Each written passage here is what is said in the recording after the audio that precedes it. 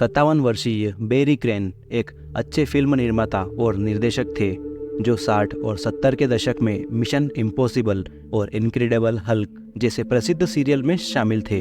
वो एक पेशेवर ब्रिज प्लेयर भी थे, जो कि एक ताश का गेम होता है, और अपने अंतिम सप्ताह में उन्होंने एक ब्रिज रीजनल टूर्नामेंट में भाग लिया था। लेकिन उन्हें क्या पता था कि उस सप्ताह उन्होंने जो खेल खेले थे वो उनके जीवन के अंतिम खेल होंगे। 5 जुलाई 1985 की शाम को स्टूडियो सिटी लॉस एंजलिस में उनका नग्न शरीर उनके शानदार घर के गैरेज में एक नौकरानी द्वारा पाया गया। किसी ने उन्हें बुरी तरह से पीटा और टेलीफोन कॉर्ड से उनका गला घोट दिया था। इस प्रसिद्ध निर्माता के साथ क्या हो सकता था? क्या यह एक प्रतिशोधपूर्ण हत्या थी या इसका कुछ और जटिल कारण था? वेलकम टू मिस्ट्री कहानी, जहां हम आपके लिए सबसे कुख्यात ट्रू क्राइम स्टोरीज लेकर आते हैं। आज हम उन्हीं में से एक पर नजर डालने जा रहे हैं। ये बेरी क्रेन का 34 साल लंबा एक कोल्ड केस है जिसे अंततः 2019 में हल किया गया। लेकिन कहानी शुरू करने से पहले हमारे चैनल को सब्सक्राइब कर लें और साथ ही हमारे नए वीडियो की नोटिफिकेशन के लिए बेल आइकन को प्रेस करना ना भूलें। अमेरिका की प्रसिद्ध हॉलीवुड हिल्स के पश्चिम में लॉस एंजलिस का एक स्टूडियो शहर है जिसे मूल रूप से लॉरेलवुड स्टूडियो सिटी के नाम से जाना जाता है। ये एक बहुत ही अद्भुत और शानदार जगह है और इस शहर में रहना बहुत ही आसान है। कई सितारों के लिए ये एक सपने के सच होने जैसा है। स्टूडियो सिटी अपनी महंगी हवेली और सेलिब्रिटी निवासियों के लिए जाना जाता है। कई प्रसिद्ध हॉलीवुड अभिनेता जैसे कि Bruno Mars, George Clooney, will Smith और टॉम क्रूज जैसी मशहूर हस्तियां यहाँ रहती है। इस शहर को एक ऊर्जावान निर्माता की मृत्युशैया नहीं माना जाता था, लेकिन दुर्भाग्य से ये वो जगह है जहां 1985 में एक भयानक हत्या हुई थी। बेरी जे कोहेन का जन्म 10 नवंबर 1927 को डेट्रॉइट मिशिगन में लोइस लू कोहेन और सिल्विया कोहेन के परिवार में हुआ था। उनके 2 छोटे भाई इलियट और डेविड थे। छोटी उम्र से ही भाइयों ने अपने पिता के साथ अधिक समय बिताया, जो विभिन्न रुचियों वाले एक संपन्न व्यक्ति थे। उनके पिता पुत्र का बंधन तब और भी मजबूत हो गया जब लड़कों ने बचपन से ही अपने पिता से ब्रिज का खेल सीखना शुरू कर दिया। बेरी को एंटरटेनमेंट बिजनेस के बारे में तब पता चला जब उन्होंने अपने पिता का सिनेमा थिएटर का व्यवसाय देखा। उनके पिता लू कई थिएटरों के मालिक थे और उन्होंने सिविक प्रोजेक्ट पर काम किया था। बेरी क्रेन ने 1944 में, जब वो सिर्फ 17 साल के थे, तब लॉस एंजलिस के अर्लिन एंडरसन नामक एक महिला से शादी कर ली, लेकिन जल्द ही उनका रिश्ता टूट गया। 2 साल बाद 1946 में उन्होंने साउथफील्ड मिशिगन की महिला चार्ली कोबलिन से दूसरी शादी कर ली। उनकी दूसरी शादी से उनके 2 बच्चे हुए, जिनका नाम चेरिल और बेन था। 1947 में जब बेरी 20 साल के थे और मिशिगन विश्वविद्यालय में पढ़ रहे थे, तब उनके पिता का 53 वर्ष की आयु में निधन हो गया। उनके पिता की मृत्यु ने उन्हें तबाह कर दिया, जिसके बाद उन्होंने अपना कॉलेज छोड़ दिया। अपने सफल व्यावसायिक जीवन के विपरीत उनका निजी जीवन अच्छा नहीं चल रहा था। उनकी दूसरी शादी भी लंबे समय तक नहीं चली और 1954 में उनका दूसरी बार तलाक हो गया। बेरी अपनी दोनों शादियों में असफल होने के बाद अपना जीवन पूरी तरह से बदलना चाहते थे। वो एक नई शुरुआत की तलाश में थे, जिसके बाद 1955 में पेशेवर कारणों से उन्होंने अपना उपनाम कोहेन से बदलकर क्रेन रख लिया। अब उनका नया नाम बेरी क्रेन था, जिसके बाद बेरी कैलिफोर्निया राज्य के लॉस एंजलिस शहर में चले गए। अपने जीवन को सफल बनाने की आकांक्षा के साथ बेरी को वास्तव में अपने जीवन में बदलाव की आवश्यकता थी और जल्द ही उनकी उम्मीदें सच होने वाली थी। उन्होंने सबसे पहले पासाडेना प्ले हाउस में काम किया, जो कि प्रदर्शन कला का एक स्थान है। उन्होंने टीवी में अपना करियर शुरू किया और मूल पटकथा में काम किया, जो कि RKO पिक्चर्स और किंग ब्रदर्स के बीच 3 पिक्चर डील का हिस्सा बन गई। उनकी स्क्रिप्ट का शीर्षक जापान के साथ लालटेन था। यह फिल्म बेरी ने नहीं बनाई थी, वो सिर्फ एक सहयोगी निर्माता थे, लेकिन यह एक शुरुआती बिंदु था जिसकी बेरी को अपने बिजनेस में आवश्यकता थी। जिसके बाद बेरी 1966 में मिशन इम्पॉसिबल नामक टीवी सीरियल के निर्माता बने। उन्होंने 1967 में मैनिक्स नामक टीवी शो का निर्माण किया, जिसके बाद 1973 में मैजिशियन और कई अन्य फिल्मों के निर्देशन का श्रेय भी उन्हें दिया गया। उन्होंने trapper John MD, the incredible hulk, Dallas, wonder woman, super train और कई अन्य टीवी शोज को भी डायरेक्ट किया। वो बहुत जल्द फिल्मी सितारों के बीच प्रसिद्ध हो गए और उनमें से कई अभिनेताओं ने उनकी सराहना भी की। बेरी ने जिन अभिनेताओं के साथ काम किया था उनमें से एक माइक कॉनर्स ने बेरी को एक समस्या का समाधान करता बताया और कहा कि बेरी बहुत प्रतिभाशाली थे। अभी ज़्यादा समय नहीं हुआ था जब बेरी को अपने करियर में अपने काम के लिए पहचाना जाने लगा। हालांकि ये बेरी की शुरुआत थी। बेरी ने अपने फिल्म बिजनेस में महत्वपूर्ण रिलेशन बनाया जिससे उन्हें 1960 और 70 के दशक की कुछ सबसे प्रभावशाली श्रृंखलाओं का हिस्सा बनने में मदद मिली। वो अपने काम के प्रति समर्पण के लिए प्रसिद्ध हो गए और साथ ही अपने सहकर्मियों और फैंस के बीच भी प्रसिद्ध हो गए। बेरी फिल्म लाइन में काफ़ी सफल होने के अलावा एक बहुत अच्छे ब्रिज प्लेयर भी थे। उन्हें छोटी उम्र से ही ताश खेलना पसंद था और उन्होंने 1940 के दशक के अंत में एक महत्वपूर्ण किरदार निभाते हुए अपने पेशेवर करियर की शुरुआत की। बेरी ने ब्रिज का खेल प्रतिस्पर्धात्मक रूप से खेलना कभी बंद नहीं किया। यह उनका हर सप्ताह के अंत का काम बन गया था। उन्होंने अमेरिकी अनुबंध ब्रिज लीग के कार्यकारी सचिव विलियम मैककिनी के नाम पर प्रतिष्ठित मैककिनी पुरस्कार भी जीता। यह पुरस्कार उत्तरी अमेरिका के उस खिलाड़ी को दिया जाता था जिसने एक कैलेंडर वर्ष में टूर्नामेंट खेलकर सबसे अधिक मास्टर अंक अर्जित किए थे। बेरी क्रेन ने 30 वर्षों तक इस प्रतियोगिता पर अपना दबदबा बनाए रखा। उन्होंने अपने जीवन काल में अधिकांश जीत हासिल की। उन्होंने 6 बार मैककिनी ट्रॉफी जीती।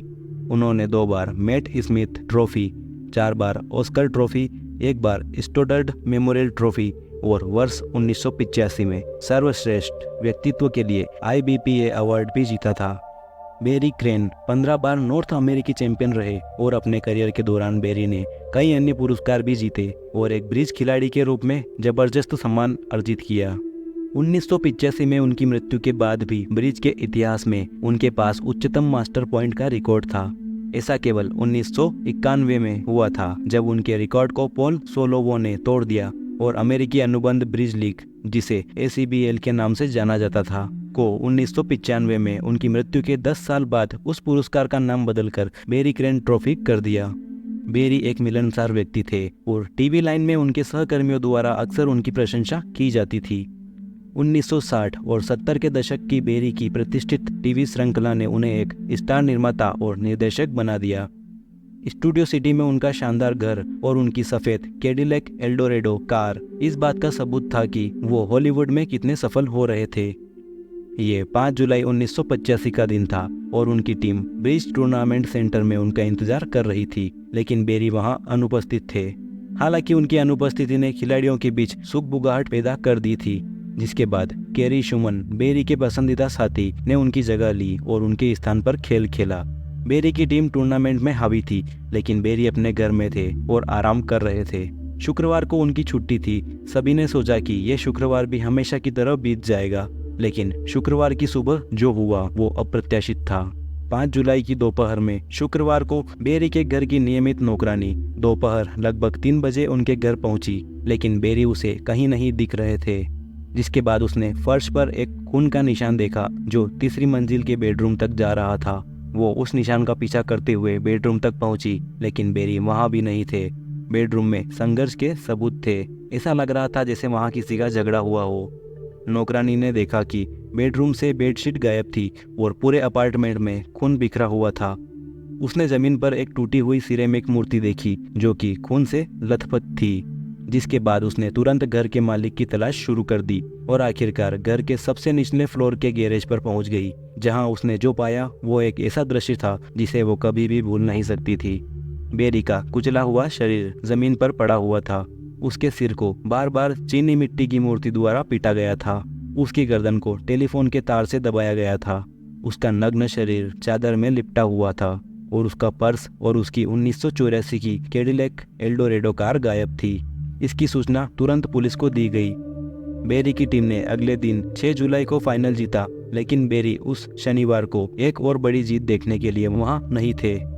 उनकी मौत की खबर ने टूर्नामेंट में दहशत पैदा कर दी, लेकिन टूर्नामेंट को जारी रखना पड़ा। कैरी शुमन ने टीम को जीत दिलाई। ये बेरी के लिए एक आदर्श श्रद्धांजलि की तरह लग रहा था। बेरी को उसके अपार्टमेंट में मार दिया गया और फिर तीसरी मंजिल के बेडरूम से गैरेज में खींच के लाया गया। पुलिस का मानना था कि हत्यारा वो व्यक्ति हो सकता है जिसके साथ बेरी के कुछ अनसुलझे मुद्दे थे। लॉस एंजलिस काउंटी पुलिस कार्यालय ने घटना के दिन के कुछ समय बाद बेरी की शव परीक्षा पूरी की और ये निष्कर्ष निकाला गया कि बेरी की मृत्यु सिर पर कुंद बल के आघात से हुई थी। जांचकर्ताओं ने मामले को आगे बढ़ाया और कुछ दिनों बाद 10 जुलाई को बेरी की चोरी हुई सफेद कैडिलैक कार माउंटेन रोड 60 पर गोरमन शहर के पश्चिम में लॉस पेड्रेस नेशनल पार्क के पास पाई गई थी, जो कि अपराध स्थल से मीलों दूर था। जासूस ब्रिज टूर्नामेंट में भी गए और उन खिलाड़ियों के डीएनए सैंपल एकत्र किए जो बेरी के संपर्क में थे। उनसे डीएनए रिपोर्ट के लिए बालों, उंगलियों के निशान और ब्लड सैंपल देने के लिए कहा। बेरी की कार में सिगरेट की कुछ कलियां पाई गई थी, जिसके बाद फोरेंसिक की मदद से सिगरेट की कलियों से एकत्र किए गए डीएनए पर कुछ परीक्षण किए गए, जिनमें से 5 सिगरेट की कलियों का डीएनए सैंपल बेरी की तुलना में अलग था। डीएनए एकत्र किया गया और जांचकर्ताओं को एक फिंगरप्रिंट भी मिला, जिसके बारे में उनका मानना था कि ये शायद संदिग्ध का हो सकता है। ऐसा लग रहा था कि ये केस जल्द ही बंद हो जाएगा और संदिग्ध को भी ढूंढ लिया जाएगा, लेकिन ऐसा नहीं हुआ। जांचकर्ताओं के लिए ये बहुत मुश्किल काम था। कई वर्षों तक खोज जारी रही, लेकिन कोई फायदा नहीं हुआ। पुलिस ने इलाके में और आसपास कई लोगों से पूछताछ की, लेकिन किसी को भी गिरफ्तार नहीं किया और एक भी संदिग्ध नहीं मिला। उन्होंने लोगों से पूछताछ की, लेकिन उनसे बहुत कम जानकारी इकट्ठा की गई। 1986 के बाद ये मामला धीरे धीरे फीका पड़ गया और एक रहस्य बनकर रह गया। बेरी क्रेन की अचानक मृत्यु से कई ब्रिज खिलाड़ियों के दिलों में सदमे की लहर दौड़ गई, जो प्रथम श्रेणी ब्रिज खिलाड़ी के रूप में चल रही ब्रिज प्रतियोगिताओं के लिए शहर में मौजूद थे। लॉस एंजलिस पुलिस विभाग ने उन खिलाड़ियों से पूछताछ शुरू कर दी जो प्रतियोगिता के लिए पासाडेना शहर में मौजूद थे। बेरी की साथी कैरी शुमन का दिल टूट गया और उसे विश्वास नहीं हो रहा था कि बेरी हत्या का शिकार हो सकता है। उसे इस बात का कोई भी अंदाजा नहीं था कि बेरी के साथ ऐसा कुछ कौन कर सकता है, लेकिन वो निश्चित रूप से इस उम्मीद में थी कि ये मामला जल्द ही सुलझ जाएगा। Los Angeles police lieutenant Ron लारू के अनुसार बेरी के घर में तोड़फोड़ नहीं की गई थी और वहां जबरन प्रवेश का कोई सबूत नहीं था। उनका मानना था कि बेरी हत्यारे को जानता होगा और बेरी ने ही हत्यारे को अपने अपार्टमेंट में आने दिया होगा। वर्ष 2006 में लॉस एंजलिस पुलिस विभाग के रॉबरी जासूस विल ने अनुरोध किया कि उंगलियों के निशान सहित अन्य सबूतों का दोबारा परीक्षण किया जाए, जिस पर सभी सबूतों का दोबारा परीक्षण किया गया, लेकिन इसका कोई फायदा नहीं हुआ। यह मामला अभी भी अनसुलझा था और इसी तरह 2 दशक बीत चुके थे। संदिग्ध की तलाश जारी रही, लेकिन पुलिस और जांचकर्ताओं को कोई सुराग नहीं मिला जो उन्हें समाधान की ओर ले जा सके। समय बीतता गया और जुलाई 2018 में रॉबरी होमिसाइड डिवीजन के एक जासूस ने अनुरोध किया कि इस मामले में सबूतों और फिंगरप्रिंट का दोबारा परीक्षण किया जाए। इस बार की गई जांच से जासूसों को एडविन हयात नामक एक संदिग्ध के फोरेंसिक मैच का संकेत देने वाले परिणाम प्राप्त हुए, जिसके बाद सोशल मीडिया के माध्यम से पुलिस को ये पता चला कि इस समय संदिग्ध नॉर्थ कैरोलिना में रहता है। जिसके बाद पुलिस ने एडविन हयात के खिलाफ सर्च वारंट प्राप्त किया और 8 मार्च को लॉस एंजलिस के पुलिस जासूसों ने नॉर्थ कैरोलिना की यात्रा की और आखिरकार पुलिस संदिग्ध एडविन हयात को ढूंढने और उसका पता लगाने में सक्षम रही, जो कि नॉर्थ कैरोलिना के स्नो काउंटी में एक कार मरम्मत की दुकान में काम कर रहा था और एक कैंपर वैन में रह रहा था। जाहिर तौर पर सबूतों को हयात से जोड़ना मुश्किल था, क्योंकि वो घटना स्थल से लगभग 3000 मील दूर रह रहा था। हयात का पता लगाने के बाद FBI लगातार सतर्क थी और उसकी जानकारी के बिना हयात का DNA सैंपल एकत्र करने का मौका तलाश रही थी। यह आखिरकार तब संभव हुआ जब हयात अपने कार मरम्मत केंद्र के पास एक पार्किंग स्थल में रुका और एक कप कॉफी और कुछ सिगरेटें पी। FBI निगरानी टीम ने हयात की जानकारी के बिना डिस्पोजेबल कॉफी कप ले लिया और अदालत के दस्तावेजों के अनुसार इन्हें परीक्षण के लिए भेजा गया। आखिरकार 19 जनवरी तक पुलिस को DNA मैच मिल गया। एडविन जेरी हयात का जन्म 1967 में हुआ था। वो नॉर्थ कैरोलिना में पला बड़ा। हयात में बहुत कम उम्र से ही अपराध के लक्षण दिखने लगे और उसने खुद को नशीली दवाओं में शामिल कर लिया। हयात पर बेरी क्रेन की हत्या ही एकमात्र आरोप नहीं था। उस पर बेरी क्रेन की हत्या से पहले भी एक वाहन चोरी करने का आरोप लगाया गया था। उसे 1985 में यूटा राज्य में एक चोरी की कार के साथ पकड़ा गया था। उसी वर्ष 1997 में बेरी क्रेन की हत्या के बाद हयात पर घरेलू हिंसा का भी आरोप लगाया गया था। एक गवाह ने अदालत को बताया कि हयात ने अपनी पत्नी को पीटा था और उसका गला घोंट दिया। इसके बाद पुलिस ने हयात को गिरफ्तार कर लिया था और उसकी उंगलियों के निशान पुलिस डेटाबेस में अपलोड कर दिए गए। जिसके बाद हयात को अपनी पत्नी से तलाक मिल गया, लेकिन हयात यहीं नहीं रुका। उसने स्पष्ट रूप से उस घर को जलाने की धमकी भी दी जहां उसकी पत्नी रहती थी। इसके बाद 2013 में हयात कोनोली स्प्रिंग शहर में चला गया और बेरी की हत्या तक उसने टर्निंग लीफ ट्री सर्विस के लिए काम करना शुरू कर दिया और 2014 में उसने लिविंग सेंटर में स्वयं सेवा शुरू कर दी।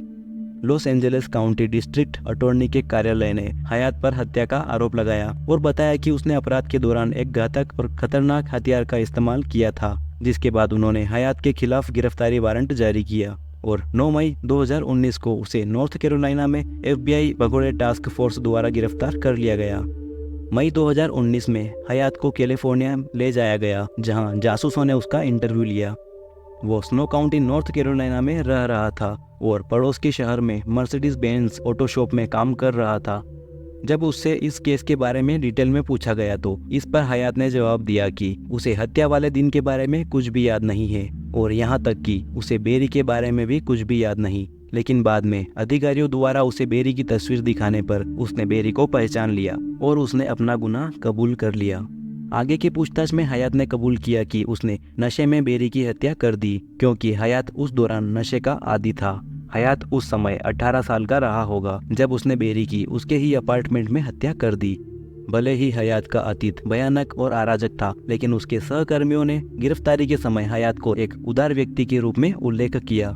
उसके सभी सहकर्मियों ने उसे एक बहुत ही विनम्र और उदार व्यक्ति के रूप में वर्णित किया।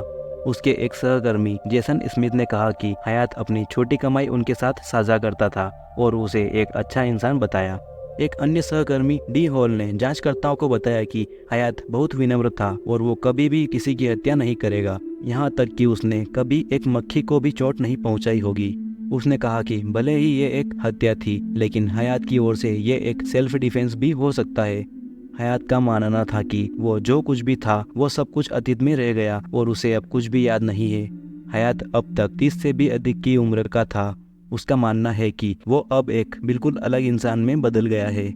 हयात के एक मित्र अर्नेस्ट वार्ड ने बताया कि हयात ने जीसस पर विश्वास करना शुरू कर दिया और जीसस के नाम पर सभी की मदद की, लेकिन फिंगरप्रिंट और DNA साक्ष्य के आधार पर 9 मई 2019 के दिन हयात को हिरासत में ले लिया। लॉस एंजलिस पुलिस विभाग के एक बयान के अनुसार हयात ने 8 मार्च 2019 को जासूसों के साथ एक इंटरव्यू के दौरान बेरी क्रेन की हत्या करने की बात कबूल की, जिसके बाद उसे 12 साल की जेल की सजा सुनाई गई। इस केस को हॉलीवुड में सबसे लंबे समय तक चलने वाला कोल्ड केस बना दिया। बेरी क्रेन ने अमीरों का जीवन जिया और अपने दिनों के दौरान टेलीविजन बिजनेस और ब्रिज के खेल पर हावी होकर अपना नाम उकेरा, लेकिन अंततः उसकी $9 लाख की कुल संपत्ति और विलासितापूर्ण जीवन अचानक समाप्त हो गया। तो इस कोल्ड केस पर आपके क्या विचार हैं? अपनी राय हमें कमेंट में बताएं और अगर आपको ये कहानी पसंद आई हो तो कृपया वीडियो को लाइक करें और हमारे चैनल को सब्सक्राइब करना ना भूलें।